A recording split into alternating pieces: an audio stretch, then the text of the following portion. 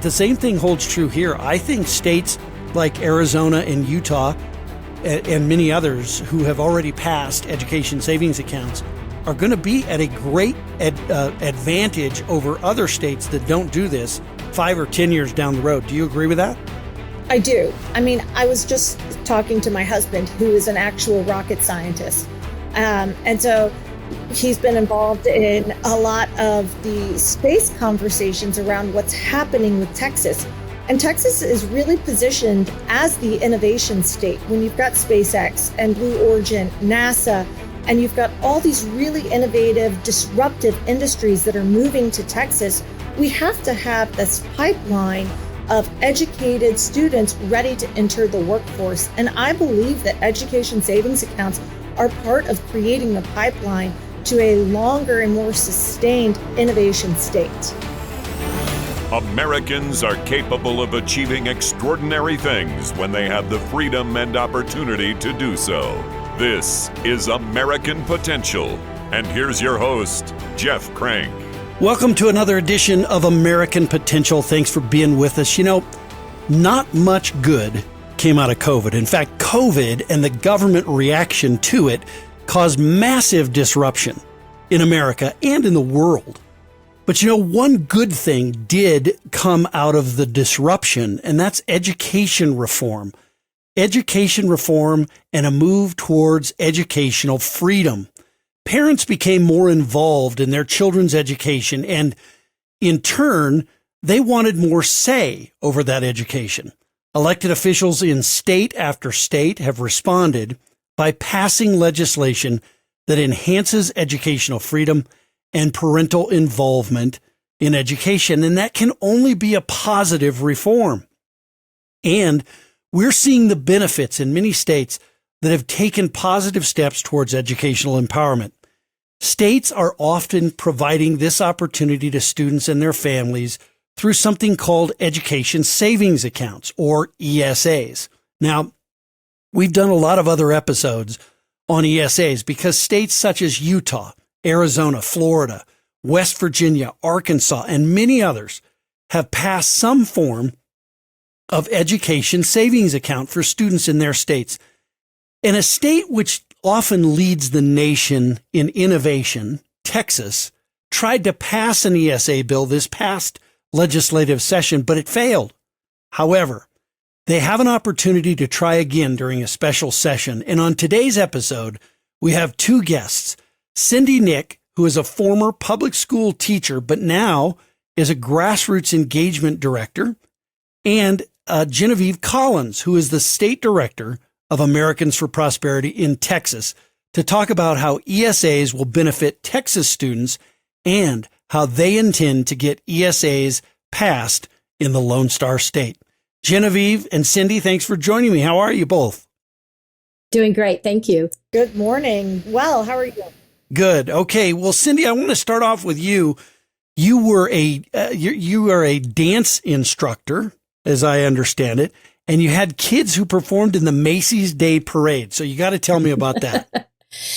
Great fun. Yes, I spent the first about 22 years of my educational career actually in the fine arts department, and did teach dance and performance teams, drill teams, dance teams.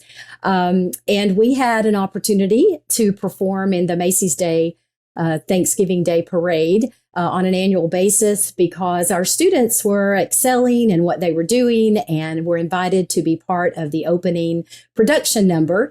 As a result, I, after a couple of years, was asked to be on staff with some of those on some of those tours. And I was able to actually participate in the parade myself and be sort of a liaison between the girls and the staff, the parade staff. And so it was great fun.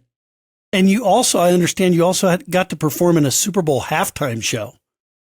That would be true. Wow. Back in my college days at Tyler Junior College, I danced with the Apache Bell drill team, and we were invited to perform at Super Bowl 12 in New Orleans. It was the first Super Bowl in a dome stadium.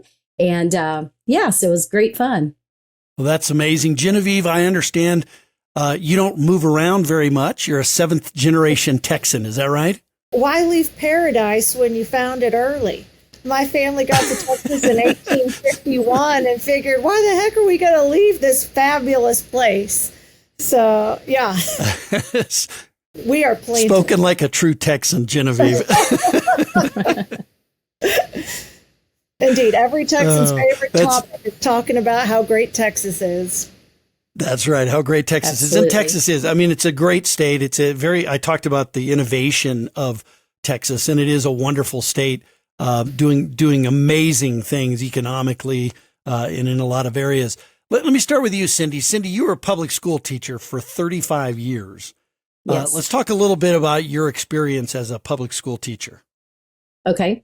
Well, as I mentioned, I spent the first 23 years or so in the fine arts world, but then decided to go back into the classroom. My second major in college was history, social studies. I really, really wanted to teach that badly. And so went back into the classroom teaching 6th, 7th, and 8th grade social studies. My favorite time period was when I was teaching 8th grade U.S. history and 7th grade Texas history. But during that period of time, I was on multiple campuses. And during one tenure that I had on a middle school campus, I began to notice, although I absolutely loved my job and what I was doing, and I was giving my heart and soul to preparing lessons to present to students in the classroom, what I was noticing is there was such a disparity between what was going on from classroom to classroom, from campus to campus, and even from district to district. And it began to be obvious to me that although public education standards were supposed to be somewhat uniform throughout the state, the same thing was not going on in every single school, every single campus, and definitely not every single classroom.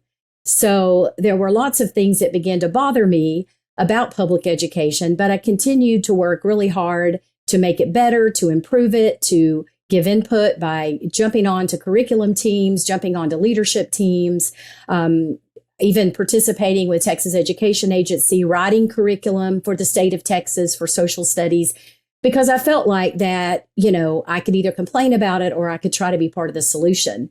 But what I began to see is that as hard as I was working, both behind the scenes and in the classroom, there were many barriers and obstacles to preventing true success from actually happening. And I was lucky enough to work on one campus at one point where I was given the freedom and creativity to actually, and treated like a professional educator, and trusted to actually do what I felt like was best with students. And I would say that was probably the most productive years that I had when I was given that opportunity. But I also have worked on campuses where I felt like that the expectations were continuously lowered. And I was expected to lower my expectations as well. And it was frustrating as a classroom teacher to not be able to teach to the level that I felt like I needed to get my students to the place where they needed to be. My last 4 years, 4 to 5 years, I spent teaching 8th grade U.S. history. And I began realizing the importance of teaching kids to be productive members of society and to go out and make a difference in the world. And my classroom motto was make history happen. And, that we're not just experiencing and learning history, but we should be making history. And so when I retired in 2019, I really was just going to kick back and relax and find a beach somewhere and read a good book. And that didn't happen. There was just too much work to do. So here I am. Great. Well, this is what makes America great, is people like you who already come out and have that expertise and then go and apply it to try and help others. Now, you worked with a gentleman who left the public school system and started his own school because he saw some of the students needing kind of a non-traditional learning environment. Talk a little bit about the school that he opened. Yes, that's Kingdom Life Academy. My friend Joel Inge, he's amazing. He's not only an amazing educator, he's an amazing person. And what he noticed, we were teaching middle school together on a low performing campus, both working really hard. And the students on that campus needed something different than a traditional educational model. But the district we were in, we were pretty much expected to play by the rules. But Joel was one of those people who said, I'm putting kids first. And he did what had to be done, even if it didn't fit the exact model that we were expected to teach by. And he would see success with these young men who were struggling to pay attention in school. They couldn't focus. They had outside issues that were affecting them. And so basically, we parted ways as we both went to different campuses at some point. But later on down the road, he was in a classroom and he realized that there was a young man that he just could not reach in the traditional model that he was teaching. And he just broke down and became very emotional. And he said, I'm done with this. There has to be a better way. And I can't tell the story like Joel tells the story, but a few years down the road, Joel did feel a calling to open his own campus, and he made great sacrifices to do so, including selling his own home, living with basically nothing for about 4 to 5 years. He was able to find property to be donated for his campus and began building. He does not take a salary. His students attend on a sliding scale, and he has 6th through 12th graders who would otherwise be basically dropping out of school or be considered high-risk students. And the contrast is amazing because under his leadership and the school model that he has created, they are not only achieving great things, they have become business owners, entrepreneurs. Some of them have gone to West Point. He has students who are attending local colleges. It's incredible. And I'm telling you that it is strictly because he decided that there had to be a better and different way to teach some students, because one size does not fit all. And we use that as a cliche a lot, but it's very, very true. And if you've ever been in a classroom, it doesn't matter if you're with gifted students or with low achieving students, high risk students, it doesn't matter. You will, if you're a good teacher, you will recognize very quickly that every child in your class needs something unique. Well, it sounds like we better have Joel on an episode of the podcast. What an amazing story that sounds like. So I'll ask Monica to reach out and see if we can get Joel to tell that story. I mean, there are so many educators like that in public school systems that really want to help kids. That's why they got into teaching. And the system prevents them from being able to do that. And so sometimes they have to break out of the system like Joel did. That's an incredible story. Genevieve, this past legislative session, you worked to pass education savings accounts, but it didn't pass in Texas. Tell us what happened. Well, let me set the table a little bit, just so folks have an understanding that in Texas, there are 254 counties that make up our state. Inside those 254 counties are unique independent school districts. We have over 1,200 independent school districts. So we have, 6 times the amount of school districts than we do counties. And with that being said, it's important to note that the majority of our school districts are small. There's over 900 school districts that have 1,000 students or less. And usually these school districts are the largest employer in their small town. Now, when we began our journey this session, starting in January, talking about school choice, we didn't go about creating this false narrative that it's public schools versus everything else. We really wanted to say that this is public schools and an all of the above solution because it's about the child. And really, we have been fighting the school choice battle in Texas for over 40 years. My father has been a part of the school choice fight. He started in the 80s. My grandparents were a part of this, back in the 60s. So this is a long going problem. But during session, what we really did was focus on education savings accounts and making sure that every child is funded. Now, there were a lot of factors that were kind of out of our control, but I will say What Americans for Prosperity and the Libre Initiative did during session was demonstrate that the power of the grassroots combined with a platform to discuss policy is the absolute game changer for getting people's attention. We brought over 45 people to testify on the specific education savings account bill. Cindy just mentioned Joel Inge. He was there. He shared his testimony. And he was just one of 45 that we brought. We had more advocates for school choice in this session than we ever did before. And we did it through positive, supportive messaging that this is not about being punitive. This is about being supportive of students. And unfortunately, because Texas has so many rural areas, many of the rural Republican legislators, as well as a lot of urban Democrat legislators, are just vehemently against it. You know, Texas is not a union state. However, we do have teachers' unions that are here. And they basically said this narrative that rural Republicans really glommed onto is that if you support education savings accounts, you're defunding public schools. And that's just a false narrative, but it's a battle cry that we've heard for the last 40 years, and we have a solution to solve it. And we have a lot more folks that are seeing where Cindy lives. She's in rural Texas. We have a lot more rural Republicans that are seeing that our presence in their communities is going to demand that they step up and support children. And they are taking note. Cindy's already been able to help flip a vote, a very key and decisive vote. AFP and Libre in general have already flipped 4 votes just during the summer. So we're very net positive that we're going to get something done.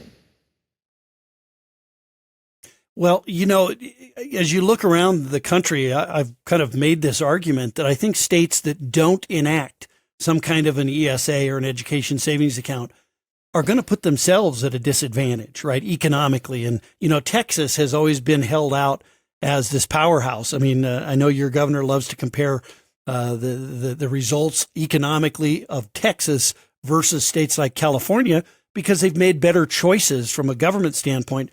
But the same thing holds true here. I think states like Arizona and Utah and many others who have already passed education savings accounts are going to be at a great advantage over other states that don't do this 5 or 10 years down the road. Do you agree with that?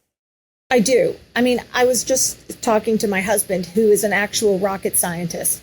And so he's been involved in a lot of the space conversations around what's happening with Texas. And Texas is really positioned as the innovation state when you've got SpaceX and Blue Origin, NASA, and you've got all these really innovative, disruptive industries that are moving to Texas. We have to have this pipeline of educated students ready to enter the workforce. And I believe that education savings accounts are part of creating the pipeline to a longer and more sustained innovation state. Are you finding some of these school districts? Did you say you have 1,200 school districts around Texas? Is that the number? Yeah, it's more than 1,200, yeah. But yeah.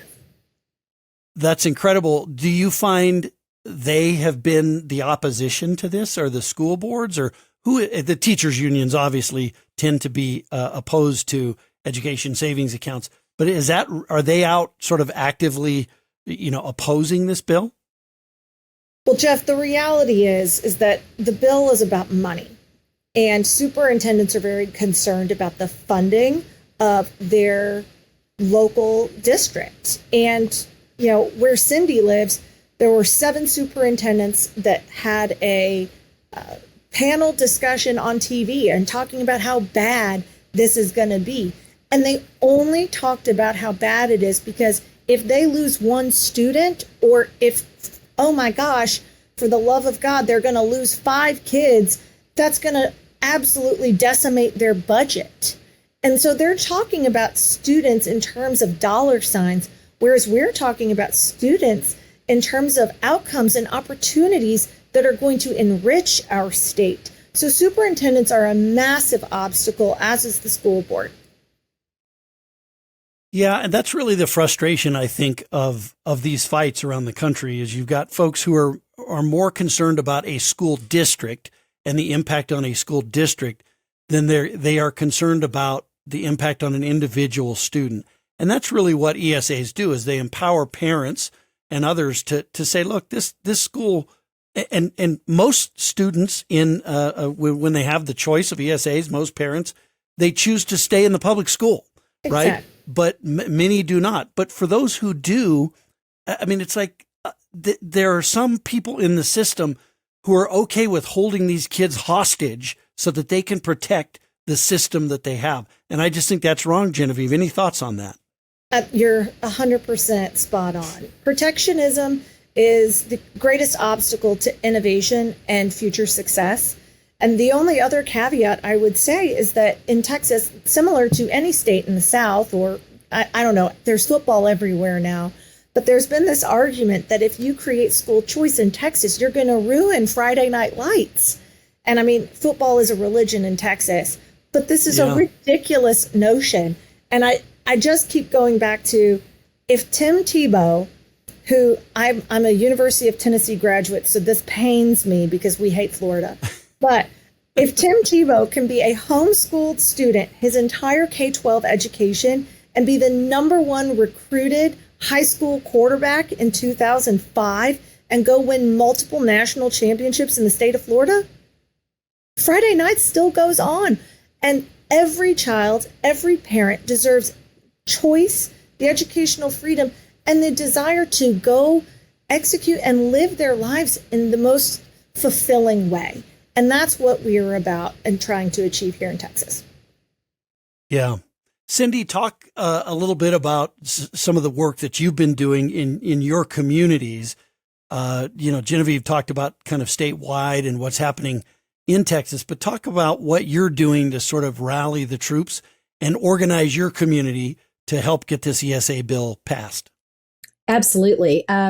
First of all, we started back in the late winter and early spring with roundtable conversations, small town hall meetings, just gathering people together to listen to their concerns and how they felt about ESAs. And what we found was that, first of all, in our homeschool community, we found lots of people who were apprehensive about ESAs because they were afraid it would take away some of their autonomy, some of their freedom to choose, use the curriculums that they chose for their children.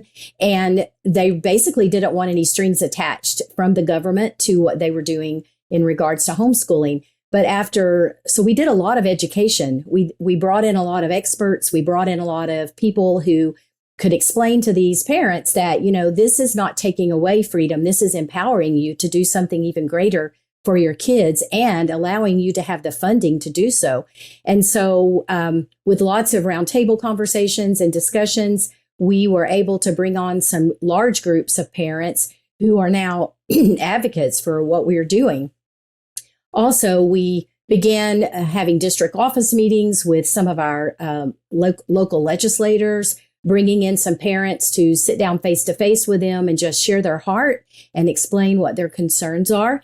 And I would like to say that our legislators here in East Texas have been very receptive to those conversations. They've loved hearing from their constituents, because what we hear a lot of times when we talk to our representatives is, hey, we don't hear from anybody.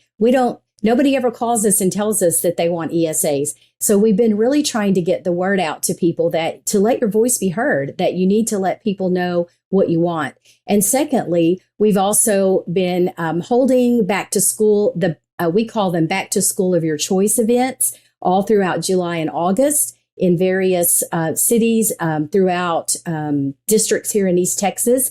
We had one in Palestine, Texas, one in Jacksonville, Texas, one in Corsicana, Texas, just recently had one in Centerville, Texas, and we're having like 30 to 40 parents show up at these events to find out more about ESAs.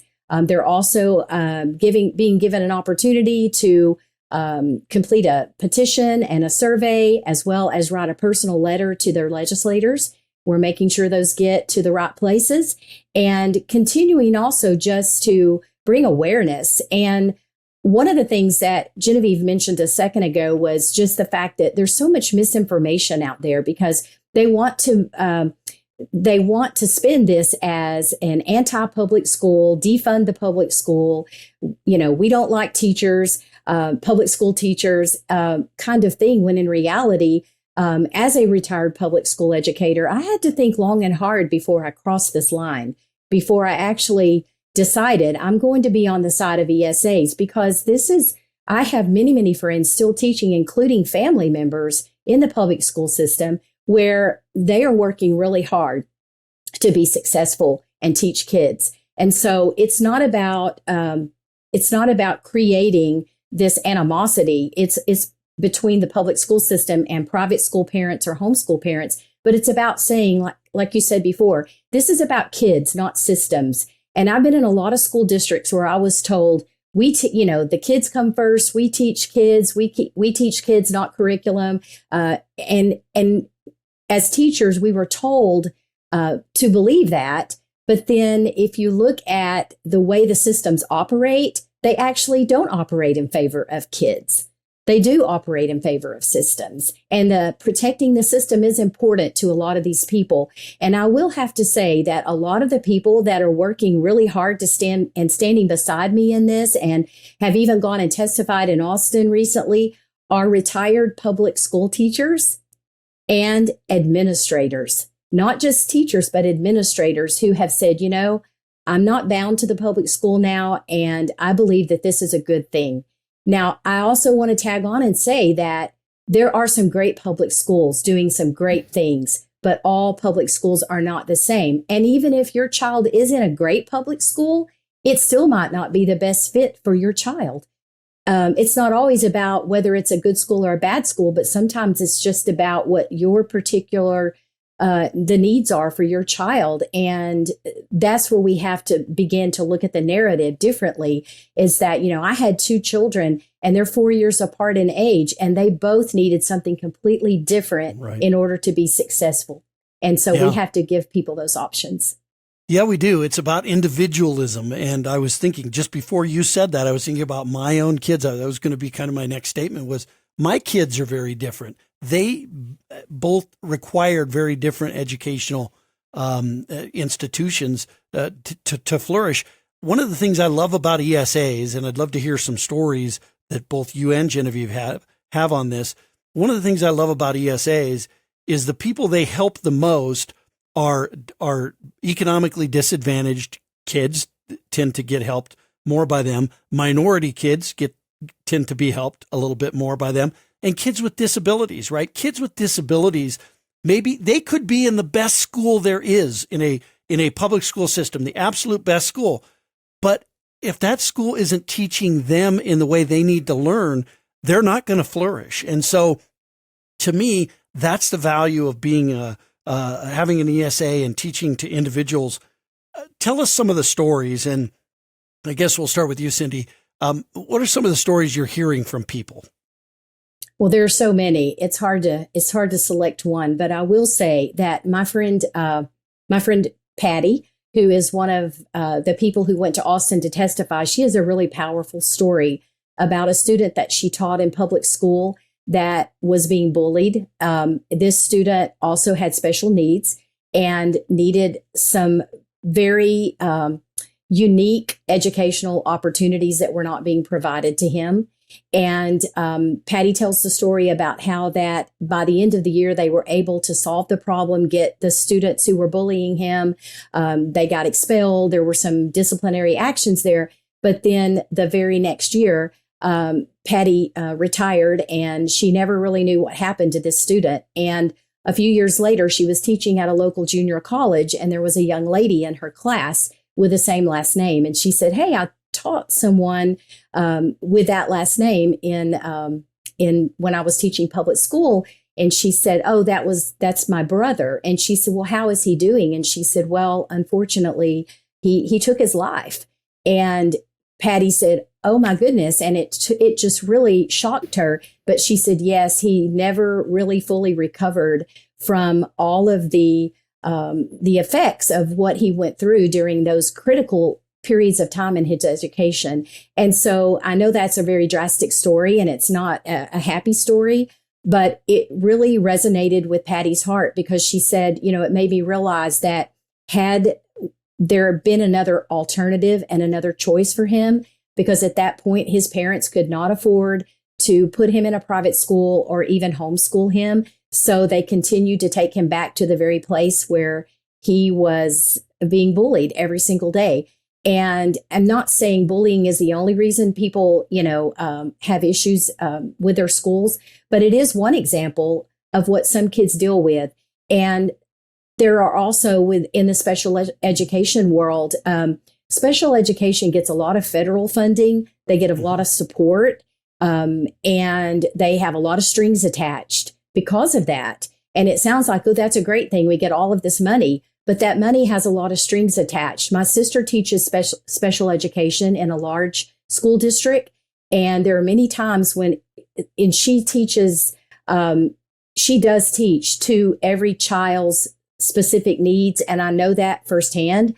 But there are so many times when I feel like that has kids in her class that she said they need something different, something I can't provide, something I can't offer, or my district doesn't offer. And yet they're not allowed, or they don't have the abilities to move to other places. And she has seen some pretty devastating circumstances. And so, educational savings accounts, while yes, they do help low socioeconomic, at-risk students, minority students, as well as special needs students, I also have to speak to the average middle class American family who doesn't have the money in their paycheck to go to a private school or even give up one of their jobs to stay home and homeschool. And yet they don't qualify for scholarships or any other type of special assistance to go to private schools. And those kids also need to be considered. And there are a lot of them out there that want other options and alternatives, and they fall through the cracks. Yeah, no question. I know we're almost out of time, but Genevieve, I wanted to give you the opportunity. I don't know if you had any stories as well, but also, if somebody wants to get involved and help get ESAs passed in Texas, where's the best place for them to go? Well, they should go to supportschoolchoice.com. We invite everyone to come to our website. You can sign a petition and showcase your support across the country as well as across Texas. www.supportschoolchoice.com. Jeff, I will quickly leave you with this.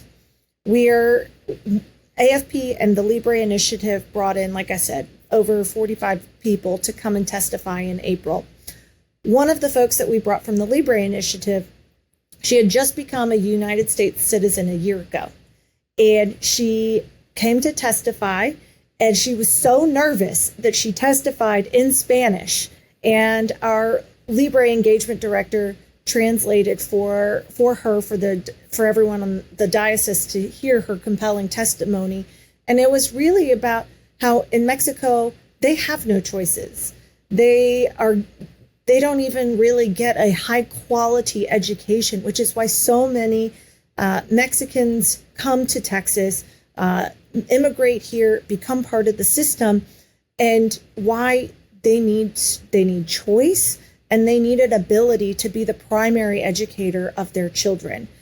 The Hispanic community in Texas is so paramount to the stories that we're telling because these folks know that there's a better future for their kids and they want to be empowered to have a say in their child's success.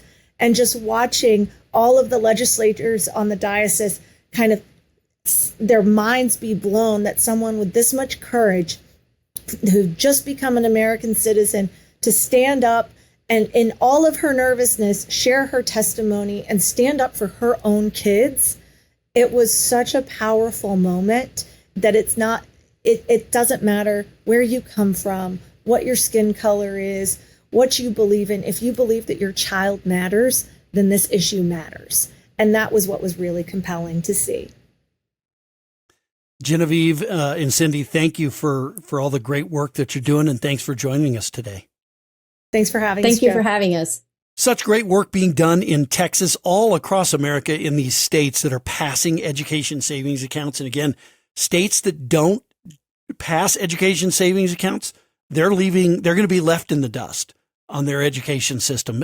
My prediction is 10 years down the road, states that haven't passed ESAs are going to look at it and say, we've got to do something. I mean, I think it's going to be something that almost every state will have passed in the next decade or so, because it's so obvious. It brings the free market to bear in schools and in K through 12 education.